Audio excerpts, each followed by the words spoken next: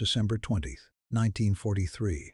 High over Germany, a battered American bomber drifts alone in gray winter air. The plane is a B-17 Flying Fortress. Its skin is torn. Smoke trails behind it. One gun is silent. Inside, men sit in shock, hurt and cold, trying to stay alive long enough to reach the sea. Then a German fighter slides in close. It comes up on the bomber's left side, so near you could almost reach out and touch it. The German pilot can see straight into the bomber through broken glass and ripped metal. He can see dark stains on the fuselage. He can see wounded men slumped at their stations. And he has a clear shot. Now cut to a different room in a different year. January 1990. A man sits at a desk in the United States, long retired from war. His hair is gray now.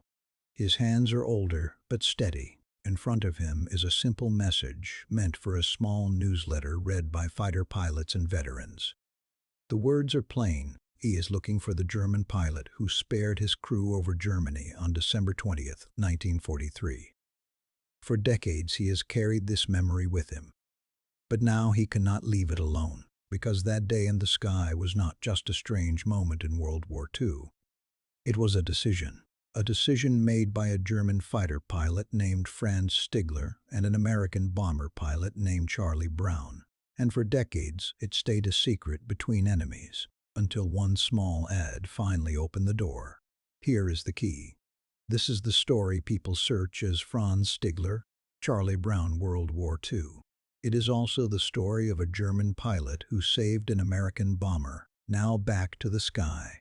December 20th, 1943 starts in England before dawn. At a bomber base, crews walk out to their planes in the cold. The air smells like wet grass and fuel.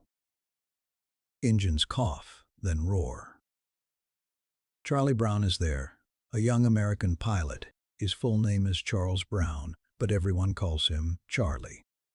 This is his first combat mission as the aircraft commander. That means he is the pilot in charge of the whole plane and crew. His bomber has a name painted on it, Ye Olde Pub. It is a B-17 Flying Fortress. That is a heavy bomber, built to fly far and carry bombs. That also carries many guns, because it is meant to fight its way through enemy skies. Charlie Brown and his crew get a briefing. The target is Bremen, a German city with aircraft plants. Aircraft plants are factories that build warplanes. The mission is daylight bombing, which means flying in a bright sky where the enemy can see you clearly. The briefers talk about danger in simple terms. Flak. Flak is anti-aircraft fire from guns on the ground. It makes black bursts in the sky. The bursts throw metal into the air like flying blades. And fighters. Fighters are fast, single-seat planes built to shoot other planes down. The bombers will fly in formation. A formation is a tight group so planes can cover each other with their guns. But formations have edges. If you fall behind, you become a lone target.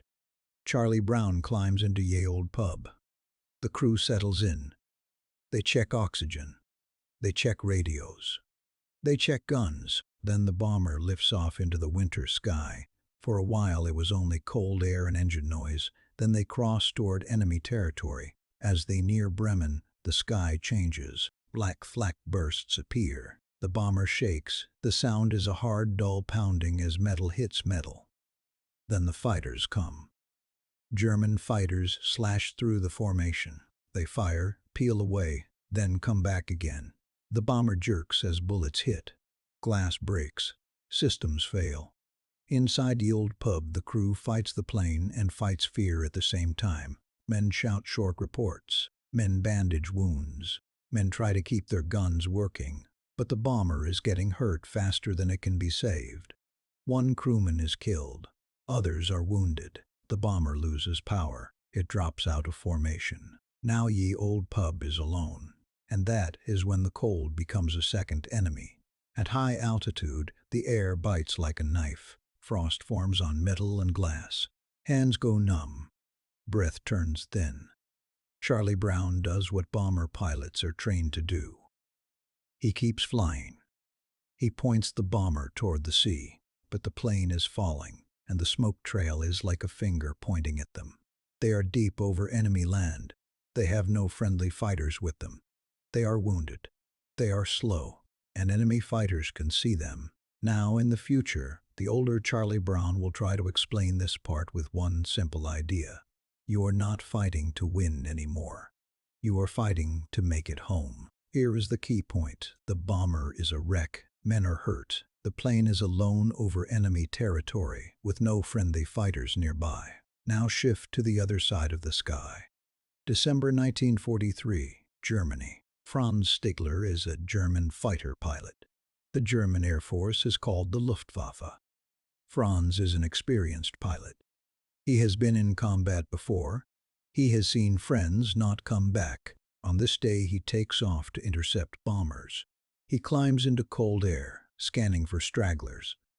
A straggler is a plane that fell behind, easy to pick off.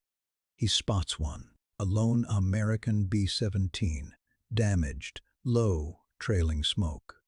In a war of rules and orders, this is the kind of target that brings praise. Some accounts say Franz Stigler was close to earning the Knight's Cross medal. The Knight's Cross was one of Germany's highest combat awards. For a fighter pilot, victories mattered. A bomber kill could be a step toward that medal. So Franz moves into position. He comes in behind the bomber, ready to fire. But as he closes the distance, something changes. He does not see a strong enemy aircraft throwing back a wall of bullets. He sees a wounded machine. He sees holes big enough to look through. He sees torn metal and broken glass. And he sees the crew. He sees men slumped in their seats. He sees dark stains. He sees a tail gun position that looks silent and empty. In that moment, the bomber stops being a symbol. It becomes 10 human lives in a broken metal shell. This is where the story brings in a third person. Gustav Rodel. Rodel was a Luftwaffe commander in some later accounts. In later retellings, Franz Stigler said Rodel had drilled a hard rule into his pilots: do not shoot a helpless man. Franz had heard about shooting men in parachutes and how it was wrong. The parachute means a pilot has already left his plane. He is no longer fighting. He is just trying to live. Whether the rule was spoken exactly the same way every time is hard to prove, but the idea is clear. Even in war, there were lines some men believed should not be crossed. Now Franz Stigler is staring at a line in the sky. If he fires, he likely destroys the bomber. If he does not, he breaks his duty, and he risks his own life if anyone learns he let an enemy go. So here is the problem. He has an easy kill in front of him, but he is looking at badly wounded men through bullet holes. In the future, when people ask why he did not fire, Franz will not talk about politics. He will not talk about strategy. He will talk about what he saw and what he could not do. Here is the key point. Franz Stigler has the defenseless bomber in his sights, and he is close enough to see the wounded crew inside. Back inside Ye Olde Pub, December 20, 1943.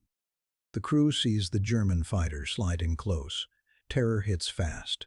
This is the moment they expect the final burst of gunfire. This is the moment they expect to be shot down. Some of the crew want to fire, but the German fighter does not shoot. It holds position, wing to wing, as if it belongs there. For a few seconds, the sky becomes strange and quiet. Charlie Brown stares at the fighter through cracked glass. Franz Stigler stares back at the bomber's wounds. Then Franz begins to signal. Hand signals in the air are hard to read. There is noise, there is vibration, there is fear. There is no shared language. Later retellings say Franz tried to tell Charlie Brown to land or to turn toward a safer direction. Some versions say he tried to guide the bomber toward neutral Sweden, where the crew could be held safely and the war would end for them. Sweden was neutral in World War II. Neutral means it was not fighting in the war, so enemy crews could sometimes land there and be kept out of combat. But at the moment, Charlie Brown cannot be sure what the signals mean. All he knows is this: a German fighter is close enough to destroy them, and it is choosing not to. So Charlie keeps flying toward the sea. Franz stays with him. The German fighter escorts the bomber. To escort means to guard it, to fly with it, to keep other fighters away. This is the part that feels almost impossible, even now, because German fighters are supposed to attack bombers, not protect them. But the escort continues mile after mile until the coastline appears. Then the bomber reaches open water. The gray surface of the North Sea spreads out like a sheet of steel. Now the bomber has one slim chance. If it can stay in the air, it might reach England. Franz Stigler holds formation a little longer. Then, near the edge of German-controlled airspace, he makes a final choice. He gives a salute. A salute is a gesture of respect. Then he turns his fighter back toward Germany and disappears into the winter sky. Charlie Brown and his wounded crew keep going, alone again, but alive. If Franz Stigler had been reported, he could have faced severe punishment. In wartime air forces, pilots who disobeyed orders could face a court-martial. A court-martial is a military trial. So Franz does what many men do when they survive a dangerous choice. He says nothing. Here is the key point. A German fighter pilot escorts an American bomber out over the sea, salutes and turns back, knowing the truth could ruin him.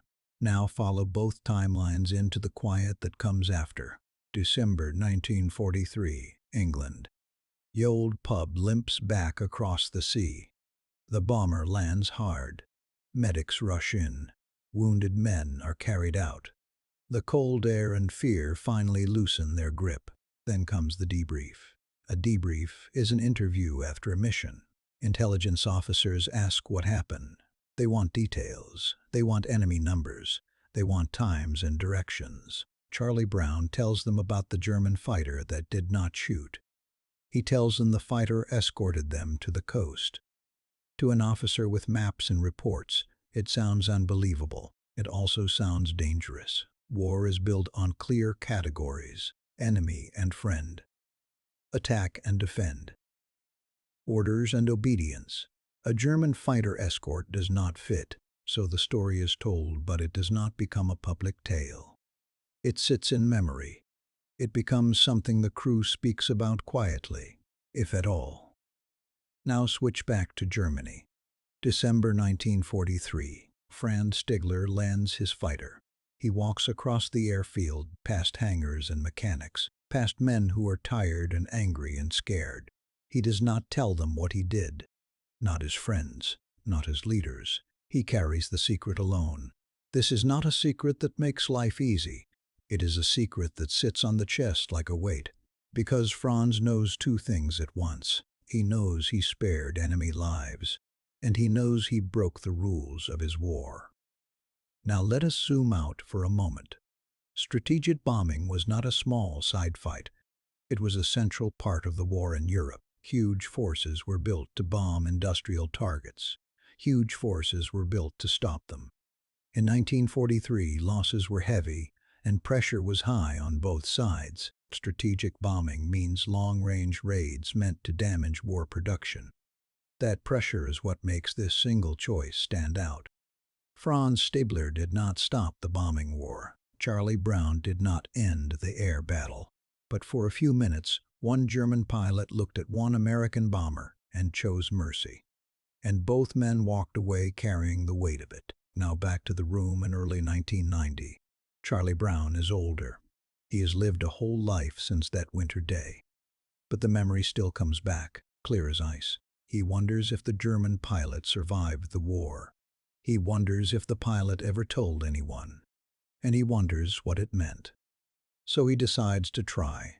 He decides to find him.